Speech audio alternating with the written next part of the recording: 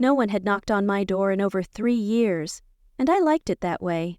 I lived alone in the house my mother left me, the only place on this earth that ever made me feel protected, not because of a high fence or a strong deadbolt, but because this home carried her breath. She was the only woman who ever put me first. Every night I'd trace the faint scratches on the wooden doorframe where she'd marked my height as a child, a silent vow to never let this sanctuary slip away. The house sat on the northern edge of Portland, Oregon, not luxurious, not worth $500,000, 0 cents, but to me it was a fortress, a legacy my mother built through exhausted double shifts, skipped treatments, and every dollar she saved to buy each brick of this place. When she passed away from heart failure, I was just 25. Since then, this house hadn't just been where I lived, it was all I had left of her. Every morning I made coffee in the tiny kitchen where she used to hum while cooking, staring out into the garden she'd filled with rosemary and sunflowers. Every evening I sat by the attic window where she once read stories to me as a child. Every brick, every creak of the floorboards, whispered the same message she left behind. "Don't let anyone take this place from you, Emma." I kept my promise. And I thought that would be enough. I had a steady graphic design job at a small downtown office, earning just enough to live without help. I lived just fine on my own, and I preferred to keep my life private. I was grown enough to know that peace was something you guarded with vigilance, but deep down, I always feared the day my father's shadow would creep back, clawing at the edges of my hard-won solitude. The only person who could ruin that, unfortunately, was my biological father. James Carter used to be a calm man.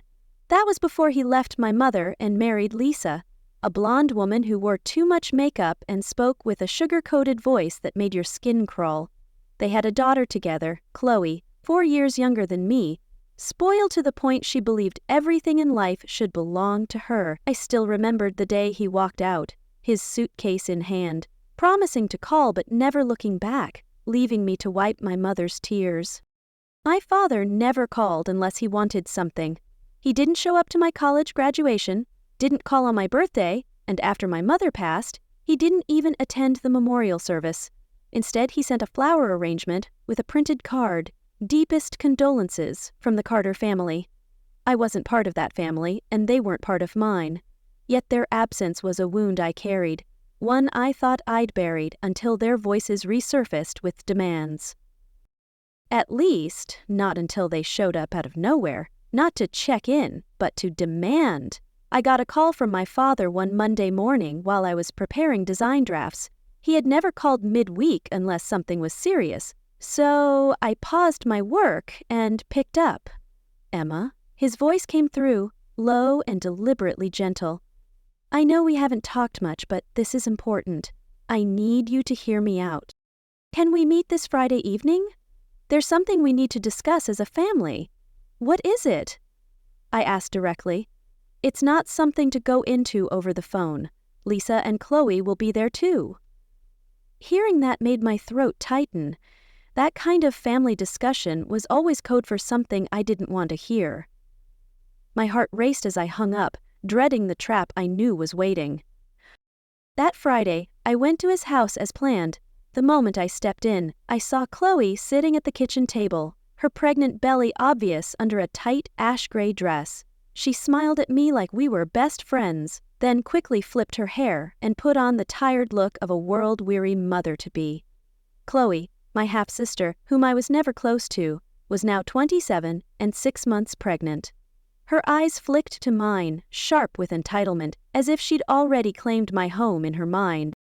Her boyfriend, a guy named Ethan, whom I'd only met once at a Christmas party, had left her a few months back after a public Instagram meltdown. Lisa gestured for me to sit, placing a cup of herbal tea in front of me, her eyes sparkling like what she was about to say came from the purest love. "Chloe really needs a stable place to stay," she began. "You have so much space, Emma, and we know you'd want to do what's right for family. Our apartment is too cramped, and the nursery is already taking up the living room. The doctor said stress is bad for the baby, and with the due date coming, we honestly don't have another option." I stayed silent, sensing something was off. Then my father spoke, his tone soft like he was trying to soothe a child. You live alone in that big house. You're not married, no kids. So maybe it's time to consider sharing that space for something greater. I frowned. Sharing? What exactly do you mean? Chloe finally looked up, speaking for the first time.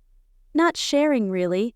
I mean, if I could move in, it'd be better for me and the baby. And you? Well, you're independent, right? Her voice dripped with a confidence that made my blood boil, as if my life was disposable. I turned to my father coldly. Are you seriously planning to hand over my mother's house to Chloe? Lisa jumped in immediately, her voice rehearsed. No one's taking anything, but if you could move into a smaller apartment, just temporarily, then Chloe could have the stable environment she needs. And where would I live? We already found a few great options for you, Lisa said, pulling a stack of printed listings from her purse. 1-bedroom apartments in downtown Portland, close to your work, very affordable. A fresh start, really. Isn't that exciting? I looked at the papers like I'd been slapped. That house belongs to my mother, I said slowly, holding my voice steady. She left it to me. Not to your side of the family. Not so you could make me homeless.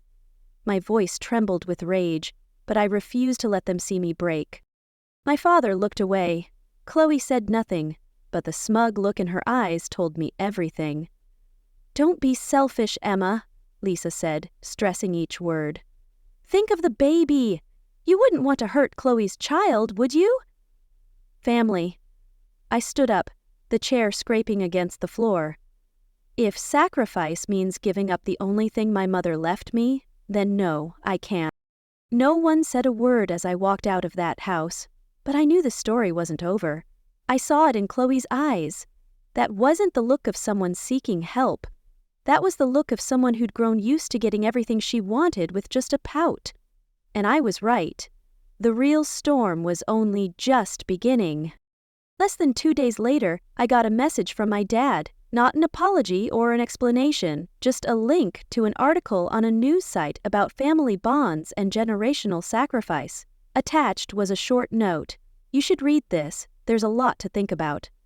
I stared at the screen, my hands shaking with fury, knowing this was just the start of their relentless campaign. Before I could respond, Lisa called. Sweetheart, she said in that overly sweet voice. Family is sacred. No one can live only for themselves forever. If your mother were still alive, she'd want you to do the right thing. I clenched my jaw. That line, if your mother were still alive, was their favorite emotional weapon, and I could see it clearly now. They had no intention of backing off. Chloe still didn't speak up much, but her silence was more irritating than words. It was as if she knew her presence alone was enough to guilt me into submission. Every time I stopped by my dad's house for paperwork or signatures, she was there, sitting on the couch, feet propped up on a cushion, one hand on her belly, the other holding a glass of lemonade Lisa had made for her. Every time I walked in, she'd flash that vague smile, half greeting, half challenge. She never directly said the house would be hers, but the way she looked at me like she was waiting for me to surrender was suffocating. That Wednesday, I came home from work and found a flyer stuffed in the door, a glossy printout listing local support centers and housing rights for single mothers. At the bottom, a handwritten note. You should read this to better understand Chloe's situation.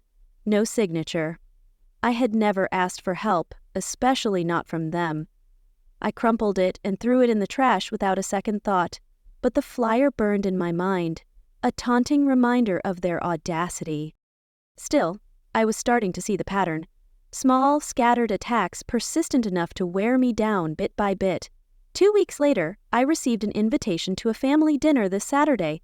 I declined, obviously, but the next day I opened my mailbox and found a flash drive inside.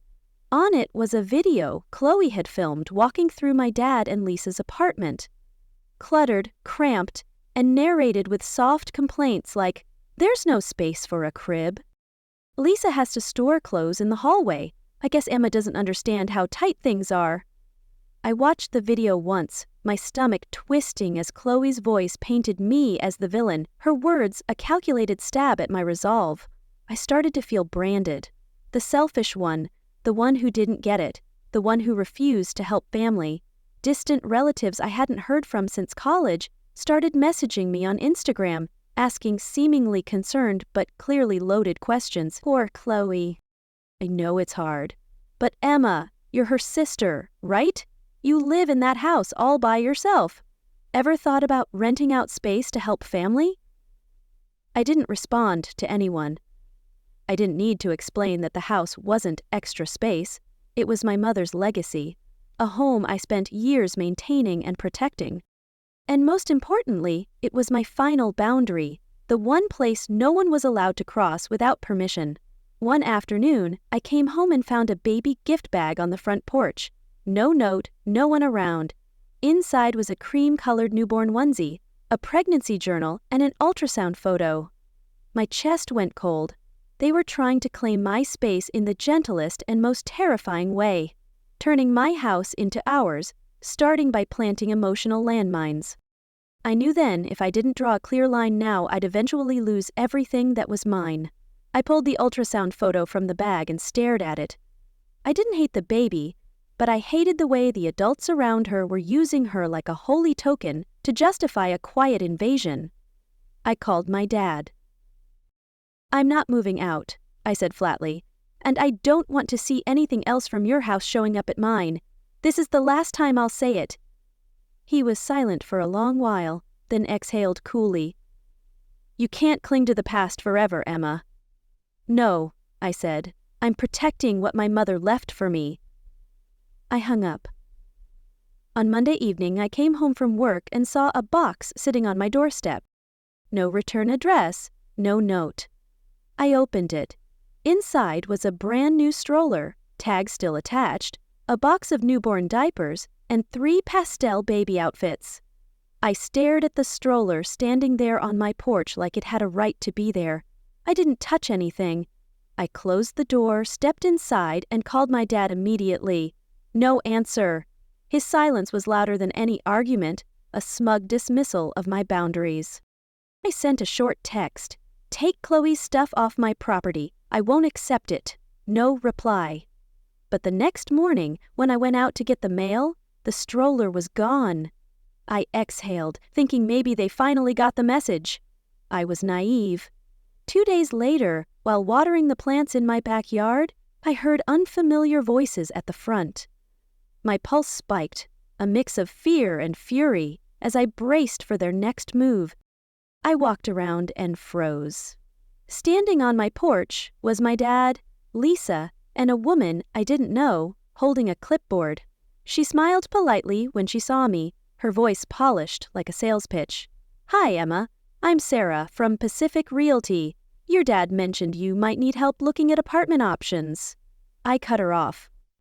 "Please leave my porch now." She froze. My dad stepped forward, his voice soft and rehearsed. "Sweetheart, this is a great opportunity to find something more comfortable. We just want to help you make the right choice." "I don't need anyone making choices for me," I said, my tone hard as steel. "This is my house. No one invited a realtor here." I didn't say anything else. I just stood there, eyes locked on them until they turned and walked back down the steps. Lisa tossed one last line over her shoulder. "We'll talk again soon." That night I installed more security cameras front and back. I thought I'd done enough to stop them, but they were just getting started. Their audacity fueled my resolve, a fire I hadn't known I possessed. That evening, I left the office a little before 6:00 p.m. A cold drizzle had started, and all I wanted was to get home, wrap up in a blanket, and forget the day. But when I put my key in the lock, it didn't turn. I tried again. Nothing. I pulled the key out, inspected it. It was my house key. I tried the side door. Useless. At that moment, my heart started pounding with every beat. My hands were trembling as I spotted a piece of paper taped to the window next to the front door. "The dad changed the locks for safety. Please call to discuss." I stood there frozen from the neck down. I pulled out my phone and dialed my father. My voice shook with rage as I prepared to confront the ultimate betrayal. He picked up after 3 rings. "Hello?" "What the hell did you just do to my house?" I growled. "Don't get upset," he said, as breezy as ever. "It's only temporary. Chloe needs stability, and you've been too stressed. I thought this would make things easier for everyone." "This?" I nearly shouted. "You broke in, changed the locks, and kicked me out of my own house. That's trespassing, and you know it. Don't call the police," he rushed. "Don't make this a big deal. It'll just make the family look bad." "Family?" I laughed coldly. "What family? Real family doesn't act like this. You have 2 hours to call a locksmith and undo everything, or I will call the police and I will press charges." There was silence. Then he finally gave in, his voice weaker. All right, I'll take care of it." I waited in my car for nearly 2 hours, eyes locked on the door. A little after 8:00 p.m., a locksmith's van pulled up. No one from my family came with them. They didn't dare face me again, but they'd already crossed the line. And I knew the next time it might not be a key they'd use, but the law. I stepped back into my home as if entering a battlefield. From now on, every door would need more than a lock. It would need paperwork, legal protection, and hard evidence, because they had made it clear this wasn't just persuasion anymore. It was a calculated attempt to take what was mine. After that night, I never looked at the house the same way. I still loved it. I still believed it was the safest place in my life. But now I understood it was under threat. And that threat came from the people I used to call family. I couldn't just wait around and hope they'd stop. The next morning, I called a local security company and requested full surveillance installation, cameras inside and out, door sensors, remote alerts, and cloud storage. I didn't hesitate to spend the money. What I was protecting wasn't just property, it was memory. It was the trust my mother placed in me. Next, I booked a meeting with a real estate attorney named Laura Bennett, recommended by a coworker I trusted. Laura was in her early 40s, sharp and composed, the kind of person who could spot a legal loophole with just a glance. I told her everything, from the polite suggestion to move out, to the emotional games and the illegal lock change. Laura listened carefully, nodding occasionally while jotting down notes. When I finished, she closed the folder and said, "Emma, I need you to prepare yourself. What I'm about to say won't be easy." I clenched my hands on my lap. "I'm ready." Laura opened a drawer and pulled out a printed document. It was a scan of a legal consultation. At the top corner was my father's name, James Carter.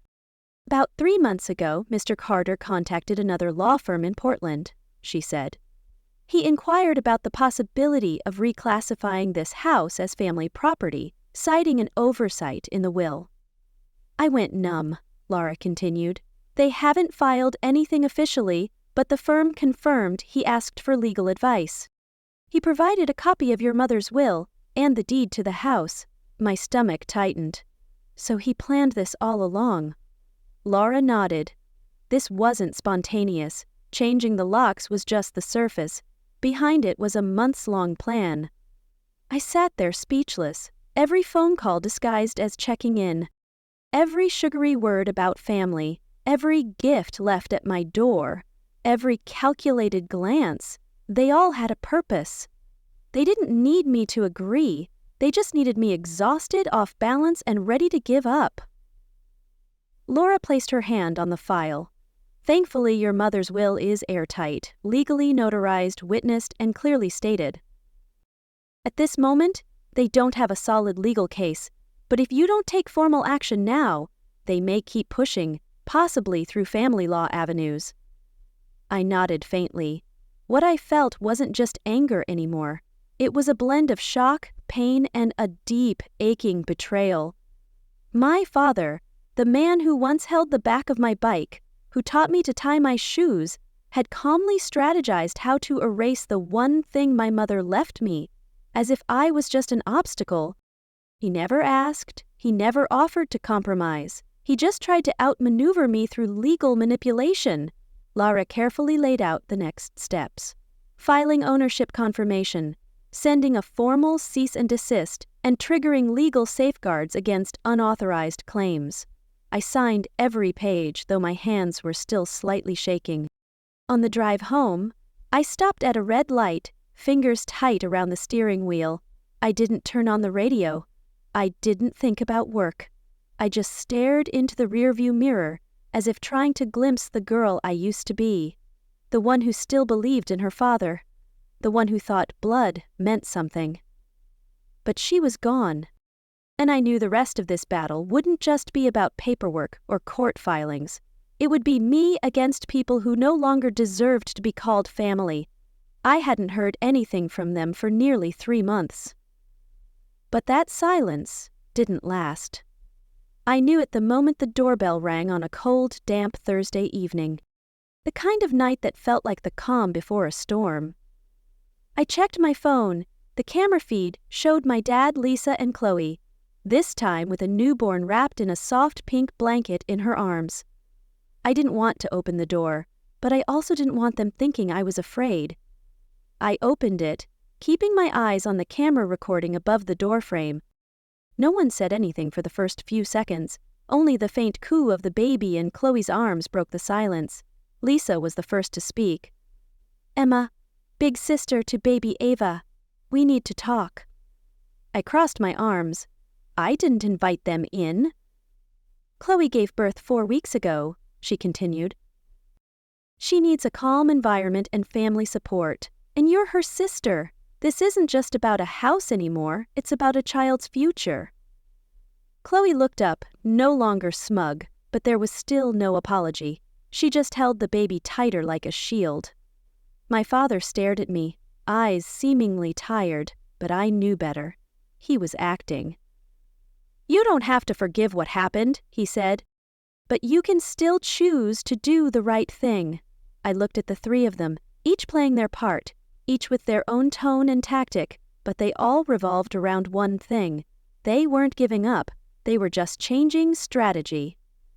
I nodded slowly. "Fine, you've come all this way. Then let me be clear."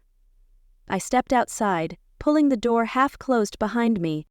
I don't have children, but that doesn't mean I don't understand what it feels like to be a child betrayed. Lisa tried to interrupt, but I raised a hand. "No, let me finish. My mother left me this house, not any of you. She knew exactly what kind of man my father was, and she did everything she could to protect me, even after death." I looked straight at my father. "And you? Not only did you fail as a father, you tried to turn me into an obstacle. You were ready to take me to court to steal the home my mother left me. Did you think I wouldn't find out?" His face froze, though he tried to keep composure. Chloe spoke softly. "I didn't know anything about that. I need help. You've always had help. Ever since you entered this family, everyone put you first.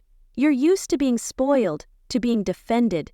But this house isn't a reward for who cries the loudest. And Ava," I looked down at the baby in her arms, "is not a justification for someone to take over my home." Lisa's face flushed. "You're being too stubborn. The baby hasn't done anything wrong, but the 3 of you are using her." I cut in. "I won't let anyone use a child as a tool to force me to give up my mother's legacy." I took a step back, hand on the doorknob. "Leave my property now." "You're going to regret this," my father said, voice low. "No," I replied. "I'm doing what you should have done long ago, protect my real family." I slammed the door, locked it, and immediately called the police. My family is harassing me at my residence. They've already been given written notice, but they showed up again, trying to apply psychological pressure. 15 minutes later, a patrol car pulled up outside. I didn't open the door. I stood behind the curtain, watching through the window as the officers spoke to them. No arguing, no scene, just quiet humiliation as the 3 of them were forced to leave. Slowly that night, for the first time, I wasn't afraid anymore. I knew I was right to set boundaries, and this time I wouldn't let anyone cross them again. After the police came, I never heard a knock on my door again. No more handwritten letters asking for understanding. No more baby items dropped off as emotional hints. No more late-night calls from unfamiliar numbers. This silence, this one, was real. And I knew it was the end. I had warned them many times and gave them chances to back off, but they chose to push, to manipulate, to step over the line, so now I got to choose too. I started with the simplest thing, cutting all contact. I blocked my father, Lisa, and Chloe. I blocked their secondary accounts too, the ones Chloe had used to post cryptic, guilt-tripping messages. I updated the privacy settings on every social media account. No one could tag me.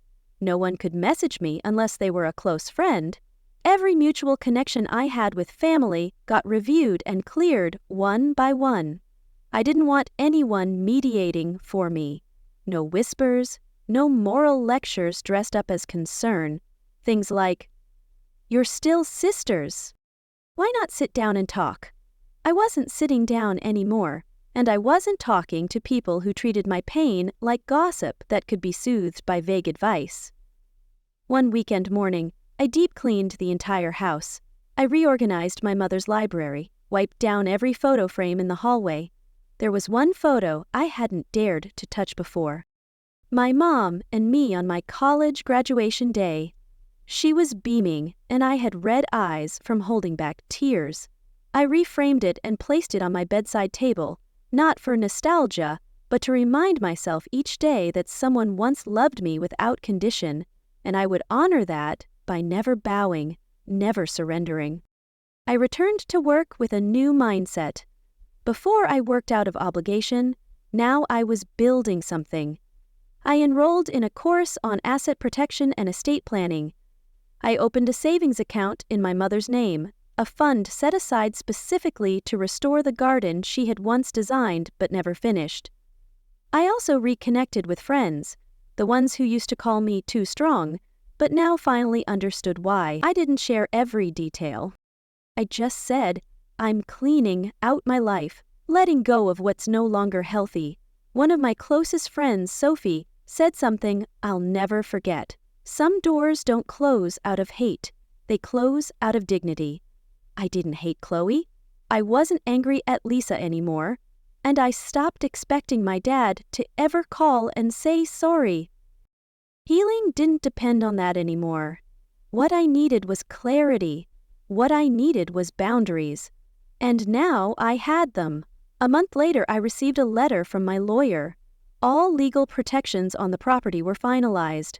The documents were stored in 2 separate locations with alerts set up in case anyone tried to file changes to the title. The house, though modest, was now surrounded by preparation and resolve. That evening, I lit a small candle in the living room and played the jazz record my mom had loved. No more footsteps I didn't trust. No more eyes watching me. Just me, the house, and the quiet I had fought for with every ounce of belief and pain. I didn't know what the future held. But I knew this much. I wouldn't back down. I lived in my mother's house, but more than that, I lived as the woman she trusted when she handed me the final key. That summer arrived earlier than usual, not because of the weather, but because my heart finally felt lighter. For the first time in years, I opened the living room window in the morning without anxiety. I didn't check the security cameras first thing. I wasn't waiting for a threatening message disguised in sweet words. On Friday afternoon, while I was watering the backyard, Sophie, my best friend, showed up unannounced. She brought a large tote bag filled with string lights, pastel cups, and a handwritten card. Housewarming party 2, restoring peace. I laughed. Housewarming? I've lived here 7 years, Sophie winked. It's not a housewarming for the home, it's a housewarming for you. I didn't know what to say except yes. We threw a small get-together the following weekend. Nothing extravagant, just 6 people. Sophie, 2 close co-workers, the older neighbor who once lent me a ladder to fix the roof, and my cousin and her husband, visiting from Bend. No one mentioned my father. No one asked about Chloe or the baby. They just talked about the lavender I planted, how I repainted the front door myself, and Sophie's famous brownies that everyone demanded the recipe for. We ate in the backyard under string lights draped between two apple trees. Soft laughter, scattered conversation. No posturing, no pretending to be strong.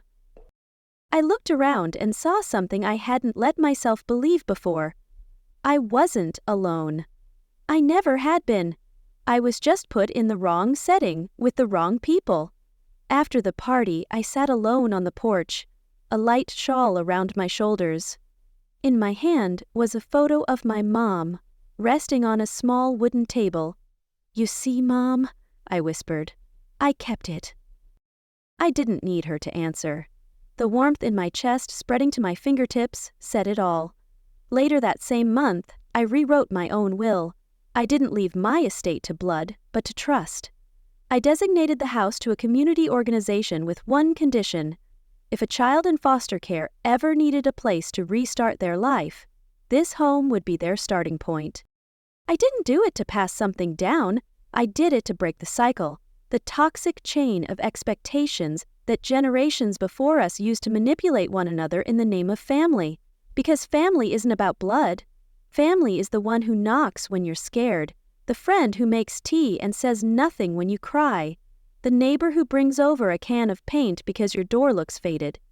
It's my mom, a woman who worked herself to the bone and never asked for anything but kindness in return. Every step I take in this house now feels solid. Every glance out the garden, every cup of coffee in the morning feels light. I'm not guarding the door. I'm not looking over my shoulder. I'm living, truly living. Emma's story reminds us that not everyone who claims to be family deserves a place in our lives. Blood ties can't replace respect, kindness, or healthy boundaries. Sometimes protecting what's yours, a home, a memory, or your peace, is how we honor the dignity of those who came before us. In a world where family is often used as a weapon, having the courage to say no is an act of strength. What do you think of Emma's decision? Would you have done something different in her place? Share your thoughts in the comments, and don't forget to follow the channel for more heartfelt, powerful stories about family, trust, and resilience.